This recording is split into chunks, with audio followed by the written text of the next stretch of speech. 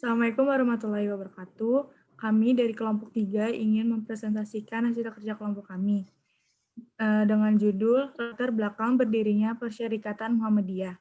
Disusun oleh saya, Ajaliska Febriola, dan teman-teman saya, Adelia Syafitri, Lia Kusuma Wardani, dan Nurul Fasihah. Yang pertama akan membahas pengertian Muhammadiyah. Pengertian Muhammadiyah dibagi menjadi dua, yaitu yang pertama segi bahasa, yang kedua segi istilah. Pengertian Muhammadiyah bisa ditinjau dari dua segi, yaitu pengertian Muhammadiyah dari segi bahasa dan pengertian Muhammadiyah dari segi istilah. Muhammadiyah secara bahasa berasal dari kata Muhammad dan ia. Muhammad diambil dari nama Nabi terakhir Muhammad SAW, sedangkan ia berarti pengikut. Jadi secara bahasa Muhammadiyah berarti pengikut Nabi Muhammad SAW. Meskipun demikian, ada sebagian orang yang menyatakan bahwa sesungguhnya kata Muhammad diambil dari nama guru pendiri Muhammadiyah, yaitu Ki Haji Ahmad Dahlan. Tentunya hanya Ki Haji Ahmad Dahlan yang tahu persisnya, akan tetapi organisasi Muhammadiyah berkeyakinan bahwa nama Muhammad adalah dinisabkan kepada Nabi dan Rasul terakhir Muhammad Shallallahu Alaihi Wasallam. Lanjut slide 2. Sejarah Muhammadiyah. Didirikannya di Kampung Kauman, Yogyakarta pada tanggal 8 Zulhijjah 1330 Hijriah atau 8 November 1912 oleh seorang yang bernama Muhammad Darwis. Kemudian dikenal dengan nama Ki Haji Ahmad Dahlan. Beliau adalah pegawai Kesultanan Keraton Yogyakarta sebagai seorang khatib dan sebagai pedagang. Melihat keadaan umat Islam pada waktu itu dalam keadaan jumud, beku, dan penuh amalan-amalan yang bersifat mistik, beliau bergerak hatinya untuk mengajak mereka kembali kepada ajaran Islam yang sebenarnya berdasarkan Quran dan hadis. Oleh karena itu, beliau memberikan pengertian keagamaan di rumahnya di tengah kesibukannya sebagai khatib dan pedagang. Mula-mula, ajaran ini ditolak, namun berkat ketekunan dan kesabarannya, akhirnya mendapat sambutan dari keluarga dan teman dekatnya. Profesinya sebagai pedagang sangat mendukung ajakan beliau, sehingga dalam waktu singkat ajakannya menyebar keluar kampung Kauman, bahkan sampai keluar daerah dan luar Pulau Jawa. Untuk mengorganisir kegiatan tersebut, maka didirikan Persyarikatan Muhammadiyah. Dan kini Muhammadiyah telah ada di seluruh pelosok tanah air. Di samping memberikan pelajaran atau pengetahuannya kepada laki-laki, dia juga memberikan pelajaran kepada kaum ibu muda dalam forum pengajian yang disebut Sidratul Muntaha. Pada siang hari, pelajaran untuk anak laki-laki dan perempuan. Pada malam hari untuk anak-anak yang telah dewasa. Organisasi Muhammadiyah berdasarkan perjuangannya adalah Islam dan kebangsaan Indonesia. Maksud atau latar belakang berdirinya Muhammadiyah dalam anggaran dasar disebut untuk menegakkan dan menjunjung tinggi agama Islam sehingga terwujud masyarakat Islam yang sebenar-benarnya. Muhammadiyah adalah sebuah organisasi Islam yang besar di Indonesia. Nama organisasi ini diambil dari nama Nabi Muhammad SAW, sehingga Muhammad juga dapat dikenal sebagai orang-orang yang menjadi pengikut Nabi Muhammad SAW. Slide selanjutnya akan dibacakan oleh Adelia Syafitri. Amalan usaha Muhammadiyah.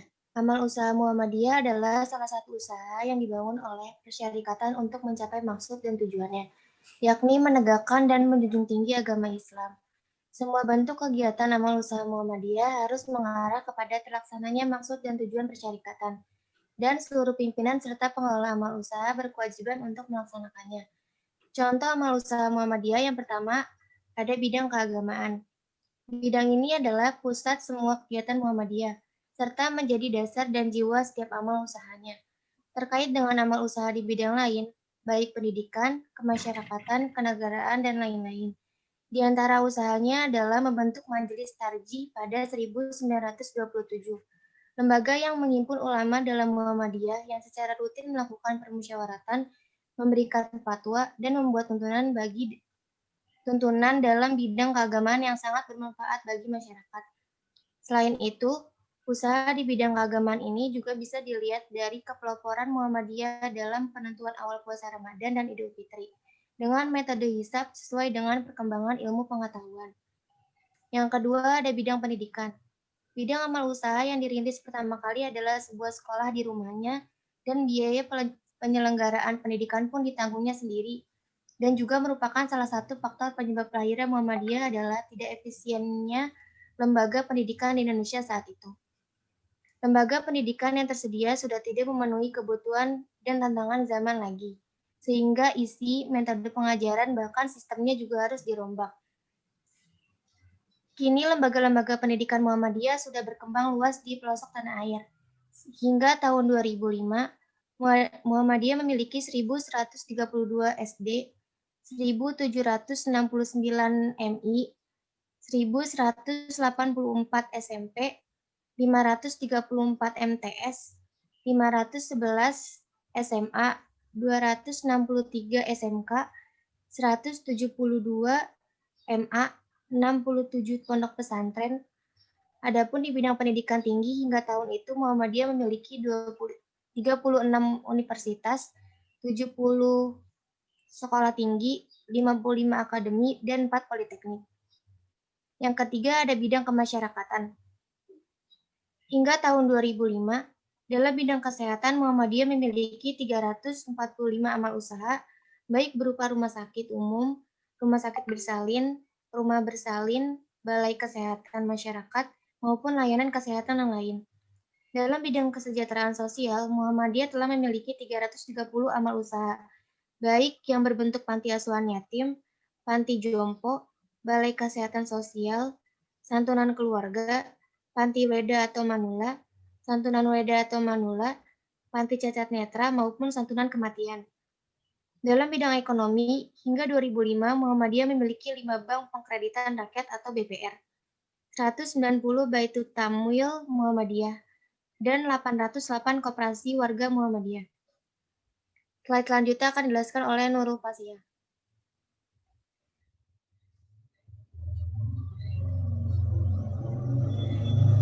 Penyebab didirikannya Muhammadiyah itu terbagi menjadi 3 faktor. Yang pertama ada faktor subjektif, yang kedua ada faktor internal, dan yang ketiga ada faktor eksternal. Faktor subjektif. Faktor subjektif adalah faktor yang sangat kuat, bahkan dikatakan sebagai faktor utama dan faktor penentu yang mendorong berdirinya Muhammadiyah. Adalah hasil pendalaman Kiai Haji Ahmad Dahlan terhadap Al-Quran dalam menelaah, membahas, meneliti, dan mengkaji kandungan isinya. Sikap Kiai Haji Ahmad Dahlan seperti ini sesungguhnya dalam rangka melaksanakan firman Allah Subhanahu wa taala sebagaimana yang disimpulkan dalam surat An-Nisa ayat 82 dan surat Muhammad ayat 24, yaitu melakukan tadabbur atau memperhatikan dan mencermati dengan penuh ketelitian terhadap apa yang tersirat dalam ayat. Sikap seperti ini pula lah yang dilakukan Kiai Haji Ahmad Dahlan ketika menatap surat Al-Imran ayat 104 yang artinya, dan hendaklah ada di antara kamu sekalian segolongan umat yang menyeru kepada kebajikan, menyuruh kepada yang makruf, dan mencegah kepada yang mungkar. Merekalah orang-orang yang beruntung. Memahami seruan di atas, Kiai Haji Ahmad Dahlan tergerak hatinya untuk membangun sebuah perkumpulan organisasi atau persyarikatan yang teratur dan rapi, yang tugasnya berkhidmat pada melaksanakan misi dakwah amar ma'ruf nahi mungkar dengan masyarakat kita.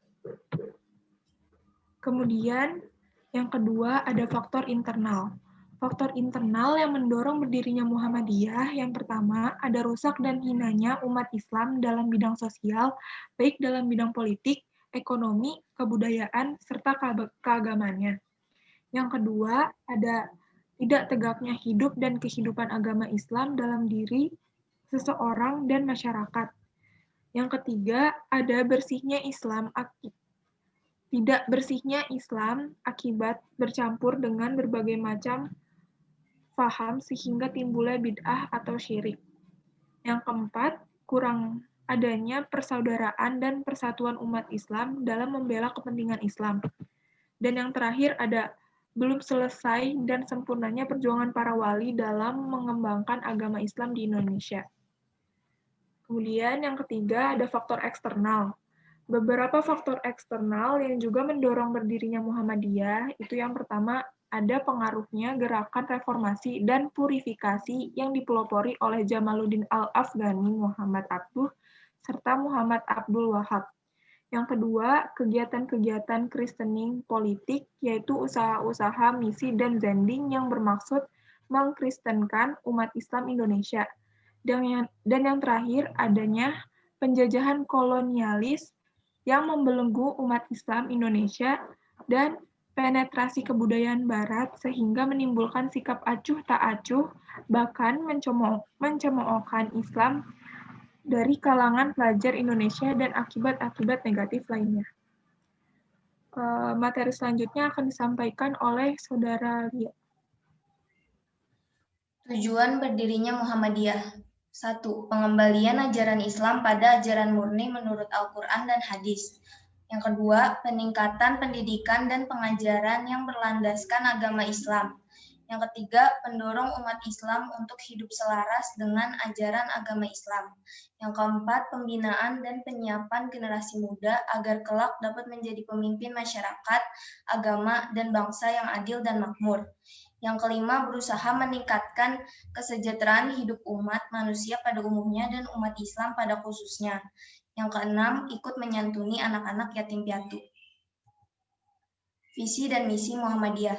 Visi Muhammadiyah adalah sebagai gerakan Islam yang berlandaskan Al-Quran dan As-Sunnah dengan watak tajdid yang dimilikinya agar senantiasa istiqomah dan aktif dalam melaksanakan dakwah Islam amar ma'ruf nahi mungkar di segala bidang, sehingga menjadi rahmatan lil alamin bagi umat, bangsa, dan dunia kemanusiaan untuk menuju terciptanya masyarakat Islam yang sebenar-benarnya yang diridhoi Allah Subhanahu wa Ta'ala dalam kehidupan di dunia ini. Yang kedua, misi Muhammadiyah. 1. Menegakkan keyakinan tauhid yang murni sesuai dengan ajaran Islam, ajaran Allah Subhanahu wa Ta'ala yang dibawa oleh Rasulullah yang disyariatkan sejak Nabi Nuh hingga Nabi Muhammad SAW. Yang kedua, memahami agama dengan menggunakan akal pikiran sesuai dengan jiwa ajaran Islam untuk menjawab dan menjelaskan persoalan-persoalan kehidupan yang bersifat duniawi. Yang ketiga, menyebarluaskan ajaran Islam yang bersumber pada Al-Quran sebagai kitab Allah Subhanahu wa Ta'ala yang terakhir untuk umat manusia sebagai penjelasannya. Yang keempat, mewujudkan amalan-amalan Islam dalam kehidupan pribadi, keluarga, dan masyarakat. Ciri-ciri gerakan Muhammadiyah. Yang pertama, Muhammadiyah sebagai gerakan Islam. Persyarikatan Muhammadiyah dibangun oleh Kiai Haji Ahmad Dahlan sebagai hasil konkret dalam mempelajari dan mendalami tadabbur pada Al-Quran Al-Karim. Faktor tersebut yang sebenarnya paling utama yang mendorong berdirinya Muhammadiyah di tengah-tengah faktor lain yang dijelaskan untuk faktor penunjang atau faktor perangsang semata. Yang kedua, Muhammadiyah sebagai gerakan dakwah. Islam amar ma'ruf nahi mungkar, ciri kedua dari gerakan Muhammadiyah dikenal untuk gerakan dakwah Islamiyah. Ciri yang kedua ini nampak dari sejak kelahirannya serta terus menempel tak terpisahkan dengan Muhammadiyah. Ciri yang ketiga, Muhammadiyah sebagai gerakan tajdid. Ciri yang ketiga yang melekat pada persyarikatan Muhammadiyah adalah sebagai gerakan tajdid atau gerakan reformasi Muhammadiyah. Muhammadiyah dari awal mulanya meletakkan diri untuk satu di antara organisasi yang berhikmat menyebarluaskan agama Islam sebagaimana yang tercantum dalam Al-Quran dan As-Sunnah. Sekalian membersihkan beragam amalan umat yang terang-terangan menyimpang dari ajaran Islam dalam bentuk khurafat, syirik, maupun bid'ah. Selanjutnya akan dijelaskan oleh Ajeng Rediska. Perkembangan Muhammadiyah dibagi menjadi dua, yaitu vertikal dan horizontal. Cara garis besar perkembangan Muhammadiyah, yang pertama itu ada vertikal. yaitu perkembangan dan perluasan gerakan Muhammadiyah ke seluruh penjuru tanah air, berupa berdirinya wilayah-wilayah di tiap-tiap provinsi, daerah-daerah di tiap-tiap kabupaten atau kota Madiyah, cabang-cabang dan ranting-ranting, serta jumlah anggota yang bertebaran di mana-mana. Perkembangan secara horizontal yaitu perkembangan dan perluasan amal usaha Muhammadiyah yang meliputi berbagai bidang kehidupan. Hal ini dengan pertimbangan karena bertambah luas serta banyaknya hal-hal yang harus diusahakan oleh Muhammadiyah. Sesuai dengan maksud dan tujuan, maka dibentuklah kesatuan kerja yang berkedudukan sebagai badan pembantu pemimpin persyarikatan. Kesatuan-kesatuan kerja tersebut berupa majelis dan badan-badan. Sekian presentasi dari kelompok 3. Kurang lebihnya mohon maaf. Wabillahi taufiq wal hidayah. Wassalamualaikum warahmatullahi wabarakatuh.